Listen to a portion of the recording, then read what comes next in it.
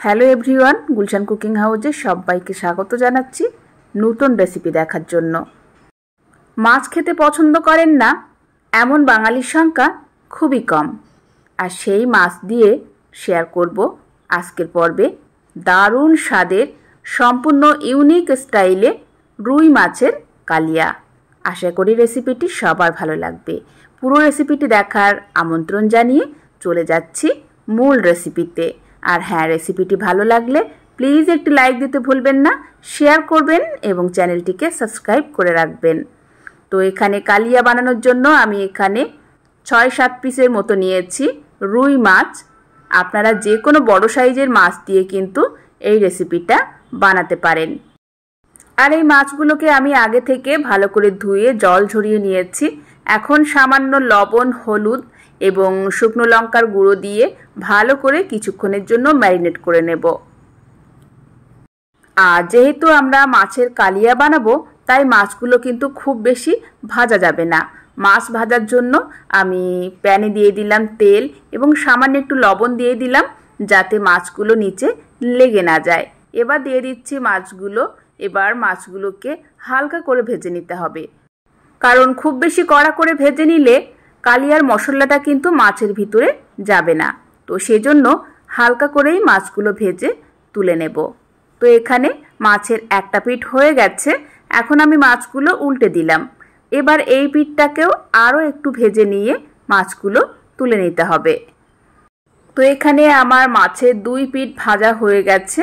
এখন আমি মাছগুলো তেল ঝরিয়ে তুলে নিচ্ছি। তো এখানে সবগুলো মাছ আমি তুলে নিয়েছি। এবার ওই প্যানেই আমি আরও একটু রিফাইন তেল দিয়ে দিলাম। এবার দিয়ে দিচ্ছি পেঁয়াজ কুচি। পেঁয়াজের পরিমাণটা কিন্তু এখানে একটু বেশি দিতে হবে। আমি এখানে 4টে বড় সাইজের পেঁয়াজ কুচিয়ে নিয়েছি। আর এই পর্যায়ে পেঁয়াজটাকে কিন্তু একটু বেরেস্তার মতো করে ভেজে নিতে হবে। তো এখানে পেঁয়াজটাকে আমি বেশ লাল লাল করে ভেজে নিলাম।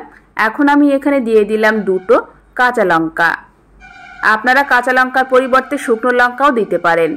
দিয়ে দিচ্ছি আদা রসুনের পেস্ট প্রায় 1 টেবিল চামচ পরিমাণ। সব কিছু একসাথে এখন আরও 1-1.5 মিনিট ধরে ভালো করে ভেজে নিতে হবে, যতক্ষণ না আদা রসুনের কাঁচা গন্ধটা চলে যায়। তো এখানে আমাদের মশলাটা অলমোস্ট রেডি। আমি এখন একটা মিক্সিং জারে নিয়ে নিলাম। দিয়ে দিচ্ছি একটা টমেটো এবং সেই সাথে দিয়ে দিচ্ছি কয়েকটা কাজু বাদাম এবং কিছুটা পরিমাণ কিশমিশ। এবার আমি দিয়ে দিচ্ছি প্রায় 1/2 কাপ পরিমাণ টক দই। এবার এই পুরো মশলাটাকে আমি পেস্ট করে নেব। তো এখানে আমি মিক্সিংয়ে মশলাটাকে খুব সুন্দর করে পেস্ট করে নিয়েছি। পেস্ট করার পর ঠিক এমন দেখতে হয়েছে। এবার আমি ওই প্যানে দিয়ে দিচ্ছি গোটা গরম মশলা আর দিয়ে দিচ্ছি সেই পেস্ট করা মশলাটা। এবার হচ্ছে আমাদের মূল কাজ, এই মশলাটাকে লো টু মিডিয়ামে রেখে ভেজে নেওয়া। এই পর্যায়ে মশলাটাকে যত ভালোভাবে ভেজে নেবেন, কালিয়ার টেস্টটা কিন্তু ততটাই ভালো হবে। তাই একটু সময় ধরে তাড়াহুড়ো না করে মশলাটাকে ভালো করে ভেজে নিতে হবে। তো মোটামুটি বেশ কিছুক্ষণ ভেজে নিলাম। এখন আমি দিয়ে দিচ্ছি কিছু গুঁড়ো মশলা। আমি এখানে সামান্য একটু হলুদের গুঁড়ো, লঙ্কার গুঁড়ো, ধনিয়ার গুঁড়ো দিয়ে দিলাম এবং সেই সাথে জিরার গুঁড়ো দিয়ে দিলাম। দিয়ে সব কিছু একসাথে আবারও ভালো করে মিশিয়ে নিলাম। অবশ্যই কিন্তু লো টু মিডিয়ামে রেখে ভাজবেন, যেহেতু আমাদের এখানে টক দই, কাজু বাদাম দেওয়া হয়েছে, তাই নিচ থেকে কিন্তু লেগে যাওয়ার সম্ভাবনা থাকবে। তাই লো টু মিডিয়ামে রেখে এভাবে ভাজতে হবে। বেশ কিছুক্ষণ ভেজে নিয়েছি, মোটামুটি 6 থেকে 7 মিনিট ধরে ভেজে নিয়েছি। মশলাটা অলমোস্ট রেডি, তেল ছেড়ে দিয়েছে। এখন আমি মশলা ধোয়া যে জলটা ছিল সেই জলটা দিয়ে দিলাম। দিয়ে এখন ভালো করে ফোটাবো। এই পর্যায়ে আপনারা যতটা ঝোল রাখতে পছন্দ করবেন সেই হিসাবে জলের পরিমাণটা দিয়ে দেবেন। তো এখানে আমি মোটামুটি মশলা ধোয়া জল দিয়ে প্রায় 1.5 গ্লাসের মতো জল দিয়েছি। এখন ঝোলটা ফুটে উঠেছে। এবার আমি দিয়ে দেব আগে থেকে ভেজে রাখা রুই মাছ। আর এই পর্যায়ে স্বাদ বুঝে দিয়ে দিলাম আবারও একটু লবণ। সব কিছু একসাথে আলতো হাতে ভালো করে মিশিয়ে নিলাম, যাতে মাছগুলো ভেঙে না যায়। এবার লো টু মিডিয়ামে রেখে জাল করে নিতে হবে আরও 3 থেকে 4 মিনিটের মতো। তো 3-4 মিনিট জাল করে নিয়েছি। মাছের উপরে কিন্তু তেল চলে এসেছে। এবার আমি মাছগুলোকে আবার একটু উল্টিয়ে দিলাম যাতে মশলাটা ভালোভাবে মাছের ভিতরে ঢুকে যায়। আমাদের রুই মাছের কালিয়া প্রায় হয়ে এসেছে।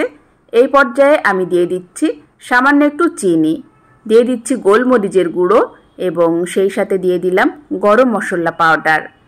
আর কালিয়াটা একটু মিষ্টি মিষ্টি খেতে ভালো লাগে, তাই সামান্য একটু মিষ্টি দিলাম, চাইলে আপনারা স্কিপ করতে পারেন।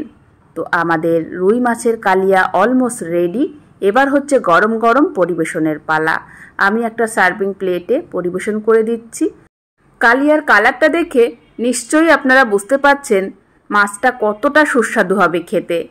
আর মাছগুলোকে আমি একটু কেটে দেখিয়ে দেব কতটা ইয়ামি হয়েছে, ভিতরে পুরো মশলাটা ঢুকে গেছে আর সেই সাথে দারুণ একটা ফ্লেভার। আপনারা অবশ্যই বাড়িতে একবার হলেও এভাবে ট্রাই করবেন, অসাধারণ খেতে হয়। গরম ভাত কিংবা পোলাওর সাথে আপনারা এই রুই মাছের কালিয়া জমিয়ে পরিবেশন করতে পারেন। আশা করি আজকের রেসিপি সবার ভালো লেগেছে। ভালো লাগলে প্লিজ একটি লাইক দিতে ভুলবেন না। রেসিপিটি বেশি বেশি করে শেয়ার করবেন ফ্রেন্ড অ্যান্ড ফ্যামিলির সাথে এবং সেই সাথে আমার চ্যানেলটিকে অবশ্যই সাবস্ক্রাইব করে রাখবেন যাতে নতুন নতুন ভিডিওগুলো সর্বপ্রথমে আপনি পেয়ে যান। আর সেজন্য আপনাকে কিন্তু সাবস্ক্রাইব করে অল বাটনটাকে অবশ্যই ক্লিক করে রাখতে হবে। আর আজকের রেসিপিটি কেমন লেগেছে আপনাদের কাছে অবশ্যই কিন্তু কমেন্টস করে জানাবেন। আজকের পর্ব থেকে এখানেই বিদায় নিচ্ছি। ভালো থাকবেন সবাই, সুস্থ থাকবেন। দেখা হচ্ছে পরবর্তী এপিসোডে।